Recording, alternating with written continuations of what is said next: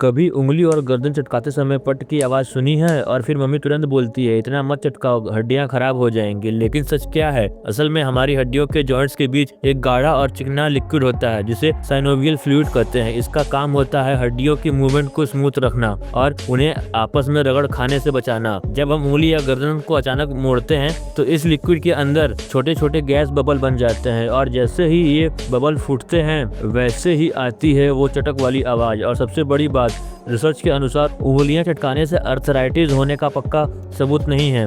मतलब थोड़ा बहुत चटकाना नॉर्मल है, लेकिन हाँ, इतना भी मत चटकाओ कि मम्मी सच में बोल दे गर्दन निकल जाएगी।